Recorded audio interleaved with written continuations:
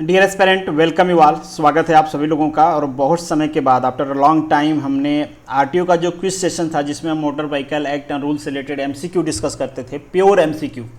एक तो ऑलरेडी हमारे पास चलता रहता है वो टॉपिक जिसमें हम टॉपिक डिस्कस करते हैं, टॉपिक के लास्ट में कुछ एमसीक्यू डिस्कस करते हैं, बट यहाँ पे हम प्योर एमसीक्यू डिस्कस करते हैं। बहुत लंबे टाइम के बाद इसमें वीडियो आ रही है। ऑलरेडी इसमें 10 पार्ट अपलोड किए जा चुके हैं, मतलब 10 वीडियो ऑलरेडी मिल जाएगी आपको। इसकी एक सेपरेट प्लेलिस्ट है। हो सकता है आप में से काफ़ी सारे लोगों को पता ही ना हो कि इससे रिलेटेड कोई प्लेलिस्ट है, बट डोंट वरी, आज के बाद आपको पता चली जाएगा। आप देखते रहना, काफ़ी सारे लोग देख भी रहे होंगे।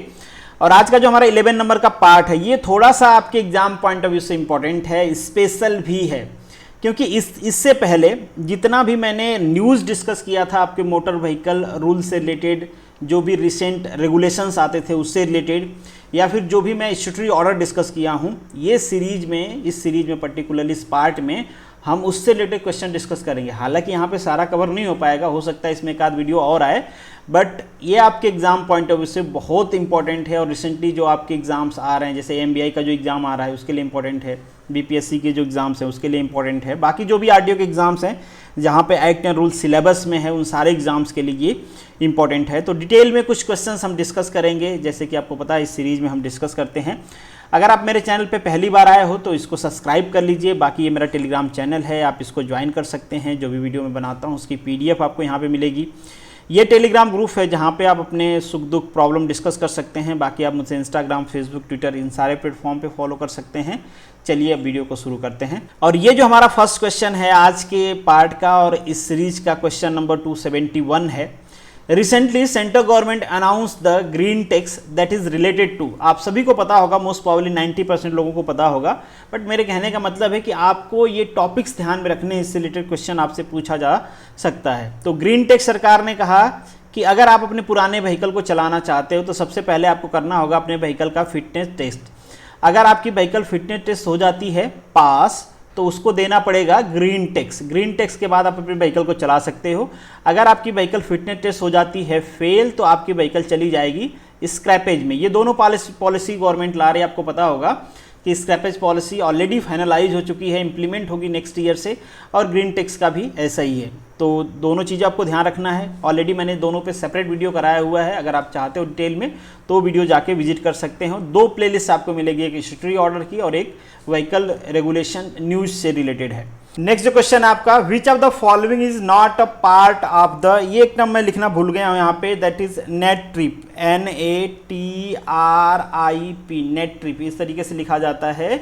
इसका मतलब है that is national automotive testing and research infrastructure project. Government का एक फ्लैगशिप प्रोग्राम है जिसमें ढेर सारे इंफ्रास्ट्रक्चर डेवलप किए जा रहे हैं। तो यहाँ पे आपसे पूछा गया है कि इनमें से कौन सा है जो बेसिकली इससे बिलोंग नहीं करता, इस प्रोजेक्ट से बिलोंग नहीं करता है। पहला है आपका NIAIMT। इसका मतलब क्या होता है, that is national institute for automobile inspection, maintenance and training. तो बिल्कुल ये इसका पार्ट है। नेक्स्ट जो है आपका GRAC, global automotive research centre, ये भी इसका पार्ट है। ऑलरेडी नेट टैक्स में हमने सारी चीज़ें डिस्कस किया हुआ है। ICAT मतलब international centre for automobile technology, ये भी हरियाणा में बन रहा है, ये भी इसका पार्ट है। नेक्स्ट जो है आपका ईस्टर्न DFA का मतलब होता है डेडिकेटेड फ्रंट कॉरिडोर, ये इसका पार्ट नहीं है। ये रेलवे बना रही है, स्पेशली जो मालगाड़ी होती है ना उनके लिए एक डेडिकेटेड कॉरिडोर बनना है जिसपे केवल और केवल माल ढुलाई का काम होगा, मतलब लगेज की जो ट्रेन होती हैं वही चलेंगी लगेज कैरेज के लिए। तो ये इससे रिलेटेड नहीं है, ये इसका प्रोग्राम नहीं है। ठीक है।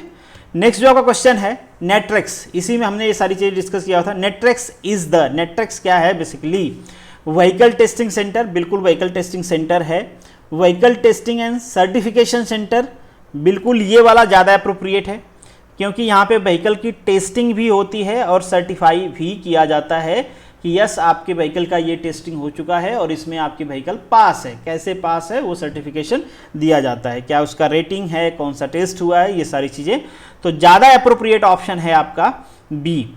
नेक्स्ट जो क्वेश्चन है, what is the full form of FAME। FAME का फुल फॉर्म क्या होता है, faster adoption and manufacturing of electric vehicle. FAME अभी 2 चल रहा है, इससे पहले 1 से रिलेटेड पॉलिसी आई थी, अभी क्या चल रहा है FAME 2। तो ध्यान रखना, ये भी काफ़ी न्यूज़ में इलेक्ट्रिक व्हीकल, तो मे भी इससे रिलेटेड क्वेश्चन आपसे एग्जाम में पूछा जाए। What do you understand by the scrappage policy for the vehicle? ये क्वेश्चन शायद मैंने आज ग्रुप में भी डाला था, काफ़ी सारे लोगों ने गलत किया था। Scrappage all the vehicle that is 20 year old, ऐसा नहीं है। मैंने पहले भी आपको बताया कि अगर आपकी व्हीकल पुरानी हो चुकी है और उसका फिटनेस टेस्ट होता है और फिटनेस टेस्ट वो पास कर लेती है तो आप उस व्हीकल को चला सकते हो, बस आपको ग्रीन टैक्स पे करना पड़ेगा। Scrappage vehicle that is mechanically unfit, बिल्कुल सही है। ऐसी व्हीकल को स्क्रैपेज किया जाएगा जो फिटनेस टेस्ट पास नहीं कर पाती हैं, मतलब वो मैकेनिकली अनफिट हैं, रोड पे चलने के लायक नहीं है, उनको स्क्रैपेज में डाला जाएगा। तो यहां पे ऑप्शन होगा आपका बी। नेक्स्ट जो क्वेश्चन है, BS6 implemented in India. BS6 को कब इंप्लीमेंट किया गया था? इंप्लीमेंट किया गया था दैट इज अप्रैल 2020। BS5 को क्या कर दिया गया था? स्किप कर दिया गया था। BS4 के बाद डायरेक्टली BS6 आ गया था, ठीक है, और तभी आ गया था कोरोना भी, दोनों साथ में आए थे। The Bharat stage emission standard BSES regulated by, कौन रेगुलेट करता है इसको? ठीक है, इसको रेगुलेट करता है सेंट्रल पोल्यूशन कंट्रोल बोर्ड, ठीक है, एयर पोल्यूशन से रिलेटेड है ये, तो इसको कंट्रोल करने वाली बॉडी है central pollution control board. Option आपका यहाँ पे सी है। सेंट्रल पोल्यूशन कंट्रोल बोर्ड पे भी मैंने सेपरेटली वीडियो बनाया हुआ है, वो भी वीडियो आपको मिल जाएगी, जाके देख सकते हैं आप। The BS6 fuel contain sulphur trace is, BS6 में सल्फर कितना होगा भाई? BS4 में कितना था? 50 mm, ठीक है, 50 ppm, sorry not mm, 50 ppm, और अभी इसको रिड्यूस कर दिया गया है 5 टाइम, दैट इज 10 ppm। तो यहां पे भी आपका ऑप्शन है C. Bharat stage emission norms first introduce in India year, कब इंट्रोड्यूस किया गया था? 2000 में किया गया था।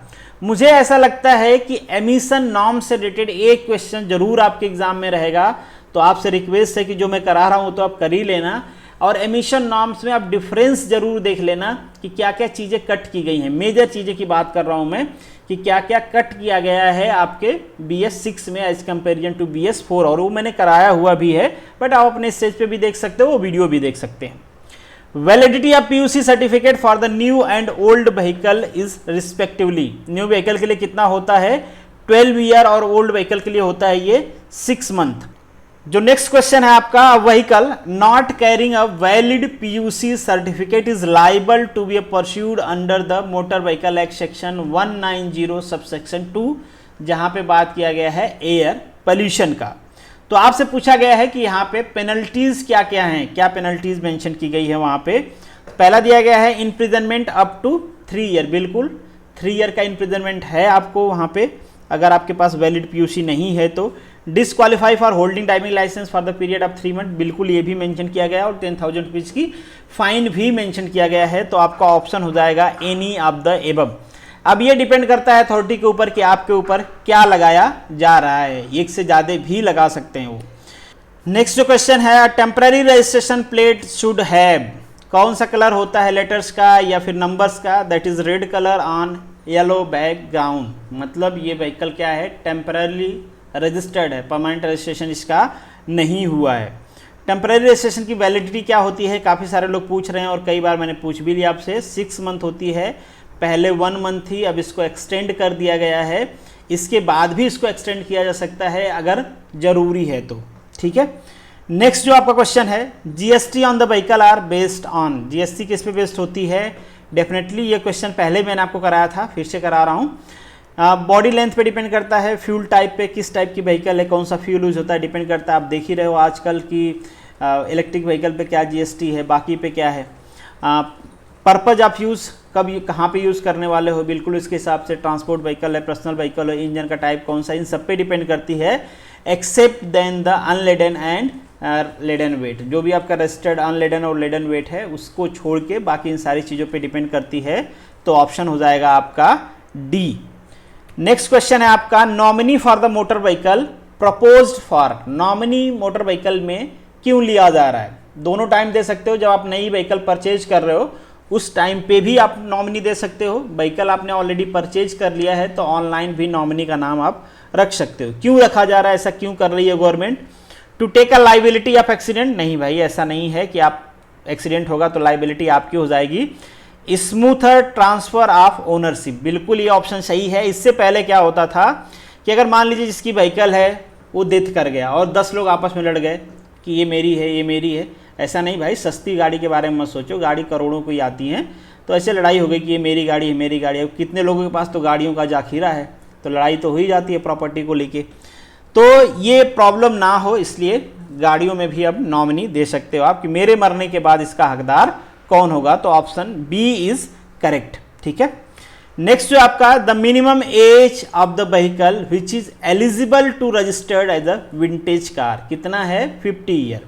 रजिस्ट्रेशन की फ़ी कितनी है 20,000 पे करना पड़ेगा आपको फर्स्ट टाइम, और रिन्यू करने के लिए आपको 5,000 रुपीज़ पे करना पड़ेगा। ऑप्शन यहाँ पे है आपका C. FASTag is the electronic toll collection system in India operated by, कौन इसको ऑपरेट करता है, that is National Highway Authority of India. Confuse मत हो जाना, काफ़ी सारे लोग कंफ्यूज करके इसको कर देंगे कि नेशनल टोल कलेक्शन, ठीक है, नेशनल टोल कलेक्शन प्रोग्राम है एक, और इसको मेंटेन करता है आपका जो फास्टैग है उसको मेंटेन करती है National Highway Authority of India, NHAI। FASTag working on the technology, किस टेक्नोलॉजी पे वर्क करते हैं, radio frequency identification, option C is correct. Already ये सारे क्वेश्चंस कराए हुए हैं बट यहाँ पे मैं रिकॉल करवा रहा हूँ आपको, और कुछ नए क्वेश्चन भी मिल जाएंगे आपको। Motor vehicle tax payable to, किसको पे करते हो आप, स्टेट गवर्नमेंट को पे करते हो ना, इसीलिए हर स्टेट में अलग अलग टैक्स है, इवन दो डिस्ट्रिक्ट बड़ी मेट्रो सिटी में टैक्स अलग होता है अगर वहाँ पे आप अपने व्हीकल को रजिस्टर करवाते हो तो। ये जो क्वेश्चन है ये आपके एग्जाम पॉइंट ऑफ व्यू से काफ़ी इंपॉर्टेंट है, ये टॉपिक बेसिकली इंपॉर्टेंट है, मे बी इससे रिलेटेड क्वेश्चन पूछे जा सकते हैं आपके एग्जाम में। Third global ministerial conference on the road safety organized by, किसने ऑर्गेनाइज किया था, that is WHO, World Health Organization in association of World Bank, मगर ऑर्गेनाइजर कौन था वहां पे, WHO, ठीक है, ध्यान रखना। यूनाइटेड नेशन और रोड सेफ्टी ये क्या करते हैं, रोड सेफ्टी वीक सेलिब्रेट करते हैं, वो भी काफ़ी इंपॉर्टेंट है, आगे क्वेश्चन आएंगे वो भी आपको पढ़ लेना है।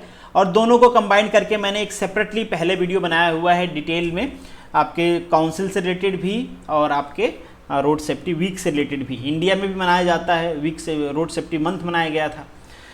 नेक्स्ट जो क्वेश्चन है आपका ये भी ग्लोबल मिनिस्ट्रियल कॉन्फ्रेंस से रिलेटेड ही है, पूछा गया है थीम के बारे में।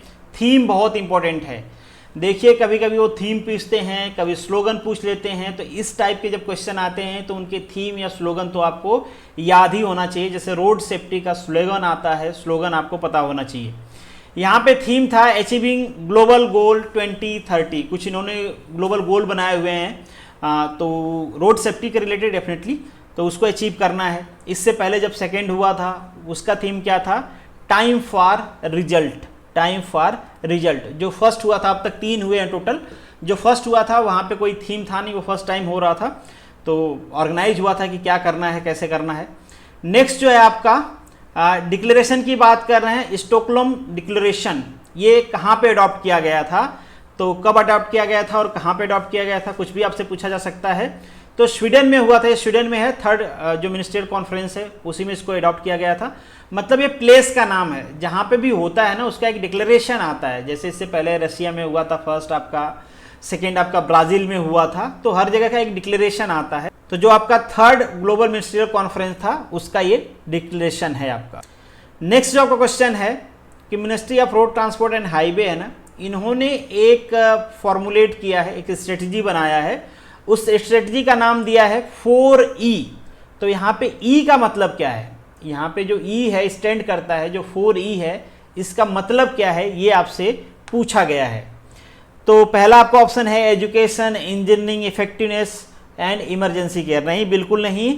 जो ऑप्शन है आपका यहाँ पे C है, एजुकेशन, लोगों को एजुकेट करेंगे, इंजीनियरिंग रोड पे अच्छी लगाएंगे, अच्छी इंजीनियरिंग पे काम करेंगे, अच्छा रिसर्च करेंगे, इन्फोर्समेंट, जो लॉ एंड रेगुलेशन है जिसको लोग मानते नहीं हैं और एक्सीडेंट होता है तो उसको फोर्सफुली हम क्या करेंगे, इन्फोर्स करेंगे, और इमरजेंसी केयर मतलब गवर्नमेंट हॉस्पिटल पे काम कर रही है, गुड सैमरिटन रूल लेके आई, कंपनसेशन का रूल लेके आई, मतलब जो भी सबसे इंपॉर्टेंट इमरजेंसी में क्या आएगा, हॉस्पिटलाइजेशन का, कि अच्छी से अच्छी मेडिकल फैसिलिटी मिले, उसमें कोई डिले ना हो, और गवर्नमेंट की ये भी प्लानिंग है कि रोड के कॉर्नर पे भी हॉस्पिटल बनाए जाएंगे। लेट्स सी कब तक कंप्लीट होता है।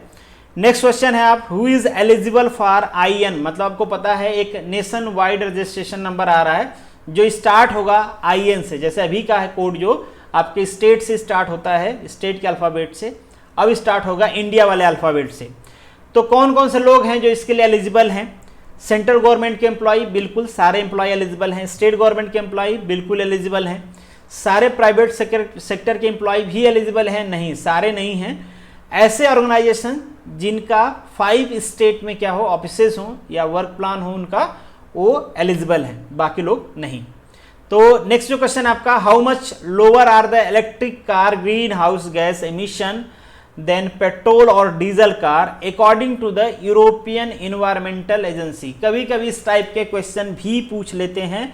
यहाँ पे आपका ऑप्शन है बी। इन्होंने बताया है कि इन्होंने रिसर्च करके बताया है बेसिकली कि अगर हम इलेक्ट्रिक व्हीकल अडॉप्ट कर लेते हैं तो जो हमारा व्हीकुलर पोल्यूशन है वो 17 से 30% डिक्रीज हो जाएगा। आपके मन में सवाल आएगा, आ भी सकता है, कई सारे लोगों ने पूछा भी, और इससे पहले जब हमने टॉपिक डिस्कस किया था ये तो बताया भी था। आप कहोगे कि 100% होना चाहिए, या कोई कहेगा कि बिल्कुल नहीं होना चाहिए। 100% वालों का आर्गुमेंट ये होगा कि बैटरी से चल रही तो पोल्यूशन कहाँ से हो रहा है, और जो कहेंगे कि पोल्यूशन तो हो ही रहा है वो कहेंगे कि भाई इलेक्ट्रिसिटी तो कहीं पावर प्लांट में बनती होगी जिसके लिए आप यही फॉसिल फ्यूल्स बर्न कर रहे हो, और फिर बल्कि वहाँ पे प्रोड्यूस करके उसको ट्रांसफ़र कर रहे हो, उसमें अलग खर्चा हो रहा है।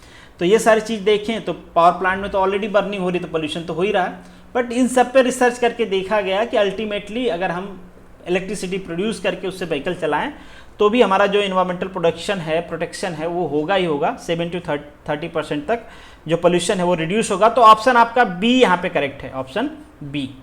नेक्स्ट क्वेश्चन है आपका, an accreditation grant for the accredited driving training centre shall be force for the period. आपको पता है कि अब किसी भी व्हीकल के लिए आपको टेस्ट देने की जरूरत नहीं है। जाके ड्राइविंग लाइसेंस लेना है तो पहले टेस्ट देना पड़ता था, अब जरूरत नहीं है। अब पहले से आप ट्रेनिंग ले लो ड्राइविंग स्कूल की, वो सर्टिफिकेट ले जाके दिखा देंगे। जिस कैटेगरी की आपके पास ट्रेनिंग रहेगी उस कैटेगरी का ड्राइविंग लाइसेंस आपको मिल जाएगा बिना ट्रेनिंग का। तो ये भी न्यूज़ में है, गवर्नमेंट ने रिसेंटली इसको लागू किया है। तो ध्यान रखना, इसकी वैलिडिटी क्या होती है, 5 ईयर होती है। तो यहाँ पे ऑप्शन डी है। Subsidy on the electric vehicle car in Gujarat, recently policy आई है, ध्यान रखना। मे भी क्वेश्चन इससे रिलेटेड पूछा जा सकता है। कितनी सब्सिडी है कार पे, है 1.5 लाख रुपया, 1.5 लाख रुपीज़, 50,000 रुपीज़ है आपके बाइक पे। तो ये सारी चीज़ें आप याद रखना, मे भी आपसे पूछ लें वो। नेक्स्ट क्वेश्चन है, first prize for the good Samaritan. इसको भी हमने रिसेंटली डिस्कस किया था। गुड समरिटन से रिलेटेड 2 वीडियो मैंने रिसेंट में डिस्कस किया था, दोनों वीडियो इंपॉर्टेंट हैं, क्वेश्चन आपसे पूछा जा सकता है। तो फर्स्ट प्राइज के लिए 5 लाख रुपीज़ है और सर्टिफिकेट दिया जाएगा। नेक्स्ट है आपका, vehicle with BS fuel the every 1 kilometre will emit less nitrogen. कितना परसेंट, 70% लेस नाइट्रोजन। तो ये यहाँ पे आपका ऑप्शन होगा सी। और यही पर्टिकुलेट मैटर की बात करें तो 80% कम पर्टिकुलेट मैटर आएंगे आपके BS6 में, ठीक है, क्योंकि ऑलरेडी हमने फ्यूल में ही उनको क्या कर लिया है, फिल्टर आउट कर लिया है। नेक्स्ट क्वेश्चन है, fitness test is mandatory for every transport vehicle at the age of. किस एज तक मैंडेटरी हो जाएगा, मतलब उसके बाद आपको करना है। तो ट्रांसपोर्ट व्हीकल के लिए दैट इज 8 ईयर, ठीक है। पर्सनल व्हीकल के लिए दैट इज 15 ईयर। तो यहाँ पे ऑप्शन है आपका बी। तो इन शॉर्ट आप ये कह सकते हो कि फिटनेस टेस्ट कराओगे, इसके बाद फिटनेस टेस्ट में आपकी व्हीकल पास हुई तो वो री रजिस्टर होगी, नहीं पास होगी तो नहीं होगी, और पास भी हुई, री रजिस्ट्रेशन भी हुआ तो भी आपको क्या पे करना पड़ेगा, ग्रीन टैक्स पे करना पड़ेगा। तो this is the end of this video. Thank you so much for watching this. मिलेंगे चलिए नेक्स्ट वीडियो में, तब तक के लिए all the best, good luck.